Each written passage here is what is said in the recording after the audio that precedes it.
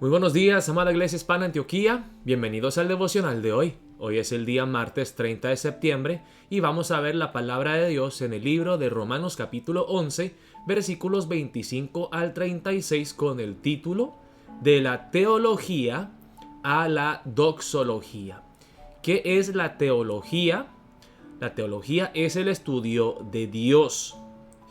Y el objetivo del estudio de Dios no solamente llenarnos de información acerca de Dios.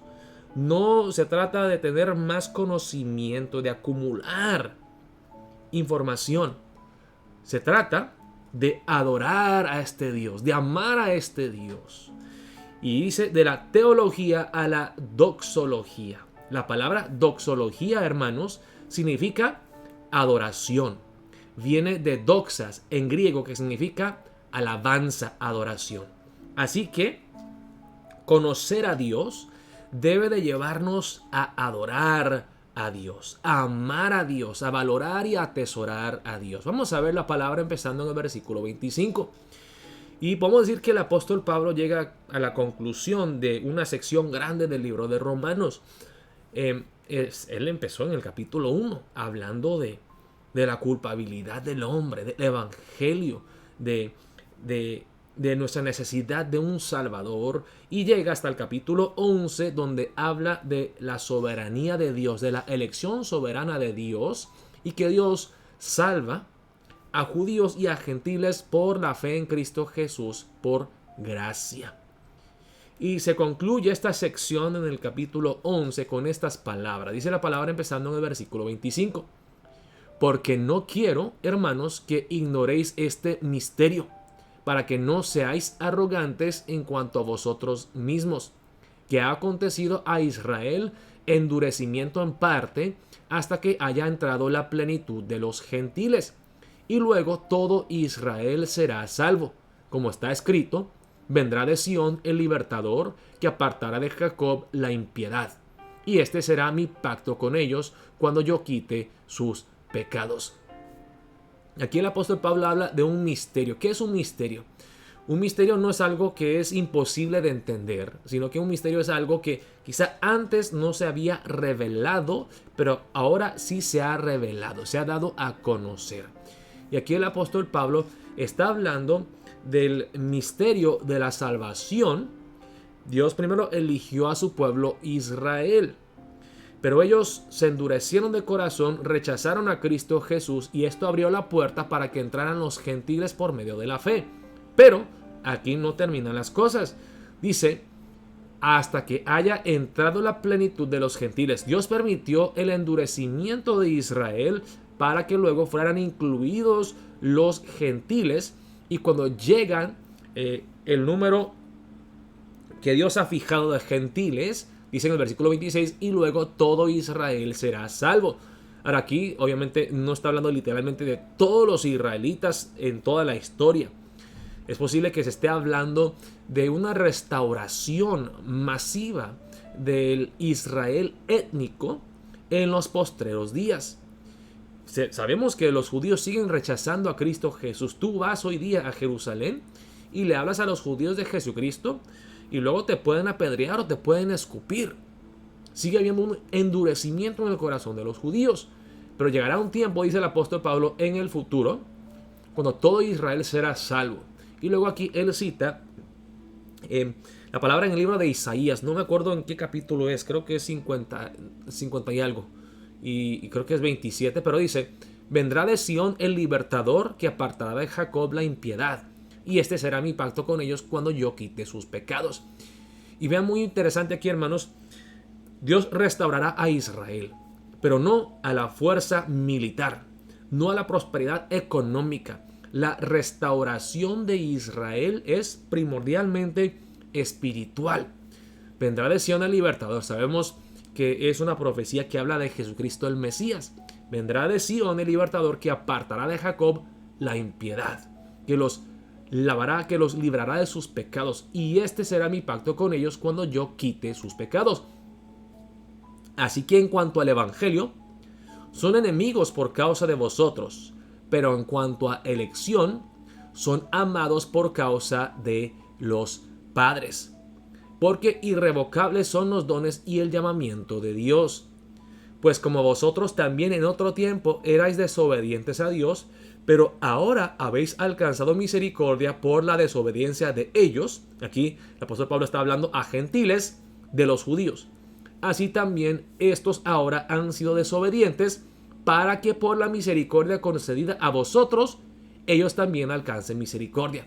Que es un poco complejo aquí, no se puede confundir escuchando el argumento de Pablo, pero dice aquí que los judíos se endurecieron, pero que no van a permanecer así, porque dice, pero en cuanto a la elección, son amados por causa de los padres. O sea, el apóstol Pablo está diciendo, los israelitas aún siguen siendo un pueblo especial, especialmente elegidos por Dios, y Dios no deja de amarlos por la elección de su etnicidad, de sus padres. Y dice, porque irrevocables son los dones y el llamamiento de Dios.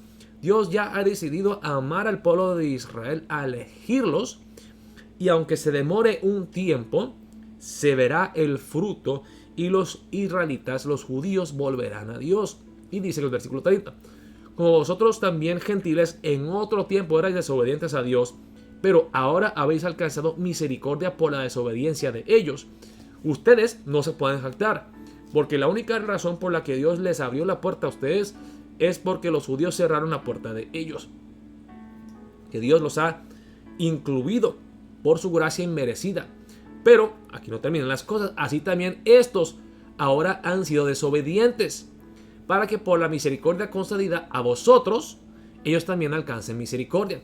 Ahora que ellos ven que ustedes los gentiles han escuchado el evangelio, han entendido y se han arrepentido y han aceptado a Cristo Jesús, y ven que ustedes han alcanzado la misericordia, aún no siendo el pueblo elegido de Dios, van a sentir un celo y ellos también se van a arrepentir y alcanzarán esa misericordia. Porque Dios sujetó a todos en desobediencia para tener misericordia de todos. O sea, volvemos a un argumento que el apóstol Pablo ha dado muchas veces. El problema es universal. Todos los judíos y los gentiles tienen el problema del pecado. Y la salvación también se ofrece a todos. Es el mismo Salvador que los puede salvar a todos. No hay un Salvador especial para los gentiles y otro Salvador especial para los judíos. Cristo Jesús es el Salvador que todos necesitamos. Amén. Y después de hablar del evangelio y del plan de salvación de Dios, el apóstol Pablo estalla en alabanza, en adoración, en estos últimos 4 versículos. Lo voy a leer, dice la palabra así, y no lo puedo leer así de una forma muy fría y seria. Tengo que leer con emoción. Oh, profundidad de las riquezas, de la sabiduría y de la ciencia de Dios. Aquí está hablando Pablo, Dios es sabio y Dios lo conoce todo. Sabiduría y ciencia de Dios son cosas diferentes. La ciencia es conocimiento, la sabiduría es aplicar ese conocimiento bien. Cuán insondables son sus juicios e inescrutables sus caminos. Insondables, que no se pueden llegar hasta el fondo de sus juicios, e inescrutables, que no se pueden seguir, no se pueden trazar sus caminos. Porque ¿quién entendió la mente del Señor? ¿O quién fue su consejero? O sea, aquí está diciendo el apóstol Pablo que los caminos de Dios son infinitamente más altos. O sea, la mente humana es tan limitada y finita que no podemos llegar a entender por qué Dios hace las cosas, cómo Dios hace las cosas. ¿Quién puede entender la mente del Señor? ¿O quién fue su consejero? ¿Quién le dio un consejo a Dios? ¿O quién le dio a él primero para que le fuese recompensado? Y el versículo 36, hermanos, yo creo que es uno de los versículos más hermosos de toda la Biblia, que de alguna forma expresa la grandeza de Dios y por qué Él es digno de alabar, por qué es digno de toda la gloria y la honra. Dice, porque de Él y por Él y para Él son todas las cosas. A Él sea la gloria por los siglos. Amén. De Él. O sea, Dios es la fuente, todo proviene de Él. Dios es el creador. Nada existe en esta tierra si no es por la voluntad de Dios. Así que por el mero hecho, hermanos, de que Dios nos haya creado, y acuérdense, hermanos, que Dios creó todo de la nada. Díganme si hay alguien entre ustedes que puede crear algo de la nada. Ni algo pueden crear de la nada. Dios creó todo de la nada con el poder de su palabra. Dios es el dador, el creador, la fuente de todo lo que es bueno. Acuérdense que cuando Dios creó el mundo, yo que era bueno, creaba al hombre, yo que era muy bueno. Dios solamente hace cosas hermosas, perfectas. Dios no comete errores. No solamente de Él son todas las cosas, y por Él. Esto significa que podemos decir que a través de Él, o es decir, que Dios es no solamente el creador, sino también el sustentador. Él no solamente es la fuente, Él es el que mantiene todas las cosas en orden, con vida. ¿Quiénes de ustedes tienen hijos? O si no tienen hijos, tienen animales. ¿Ellos se mantienen a ellos mismos? No. Uno tiene que alimentarlo, les tiene que dar ropa, tiene que darles techo, tiene que darles amor para que crezcan, para que desarrollen, para que se mantengan con vida. Sharon y yo, que tenemos 3 hijos, la verdad nos cuesta criar 3 hijos, mantenerlos con vida. Dios mantiene todas las cosas no solamente con vida, sino en orden. Hermanos, el hecho de que pueda yo respirar en esta mañana, el hecho de que mi corazón esté latiendo, el hecho de que este planeta Tierra esté inclinado a 23.5 grados y que la Tierra logra mantener esta distancia fija del Sol para no quemarse al estar demasiado cerca o no congelarse por estar demasiado lejos del Sol. El hecho de que yo no haya perdido mi mente y que esté cuerdo en esta mañana, ¿es por mi propia fuerza, por mi esfuerzo? No.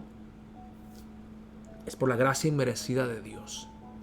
Dice la palabra en Apocalipsis 4, versículo 11, que Dios no solamente es digno de alabarlas por crear todas las cosas, pero también por sostenerlas. Dice en Hebreos 1:3 que Jesucristo no solamente es la imagen de la gloria de Dios, pero con el poder de su palabra Él sostiene todas las cosas para que no se desbaraten, para que no se haga un desorden. Además de ser de Él y por Él, es para Él. O sea, Él es el fin, Él es la meta, Él es el objetivo. Todas las cosas fueron creadas para Él, para glorificarlo a Él, para adorarlo a Él, para gloriarnos en Él, para deleitarnos en Él. Dios es todo, principio y fin. Él es la fuente, el creador, Él es el sustentador, Él es el fin, la meta, el objetivo. Él es todo en todo. Y por eso dice, a Él sea la gloria por los siglos de los siglos. Amén. Vuelvo a repetir este punto, hermanos, que si entendemos algo de Dios, conocemos un tantito de Dios al leer la palabra, eso debe de llevarnos no solamente a decir, wow, qué vaya información nueva que yo me aprendí hoy. No, esto debe de llenarnos de asombro, de adoración, de gloriarnos en Dios. Dios, eres tan grande, eres tan majestuoso. Debemos de postrarnos ante Él en reverencia. La teología debe de llevarnos a la doxología. La pregunta que les hago, hermanos, a ustedes, cada vez que leen la palabra y meditan en ella, cada vez que escuchan un sermón, ¿quedan así, iguales, no afectados? ¿O algo surge dentro de sus corazones, ese deseo de adorar a Dios, de cantarle, de agradecerle, de amarle, de servirle de todo corazón? Oremos, hermanos, en esta mañana, que la teología nos lleve a la doxología, a vidas transformadas, y que entendamos, como dice el versículo 36, que yo existo para la gloria de Dios, no para mi conveniencia, no para mi exaltación, no para mi propia gloria. Yo existo para glorificar a Dios. Oremos de esa manera para empezar el día de hoy. Espero verlos hoy en la tarde, aquí a las 7:30 de la noche, para nuestra excursión familiar. No vamos a salir afuera, hermanos, porque en muchos lugares que yo busqué no tienen cupo o cierran muy temprano, y ahorita pues oscurece temprano. Llegaremos juntos a ver un show cristiano llamado The Chosen juntos. Voy a traer muchos snacks. Vamos a ver el show juntos en familia, un episodio corto. Luego vamos a compartir y platicar con nuestros hijos acerca de cómo Dios nos tocó, qué aprendimos. Pero verlos hoy aquí a las 7:30 de la noche. Dios los bendiga, amada Iglesia Hispana Antioquía.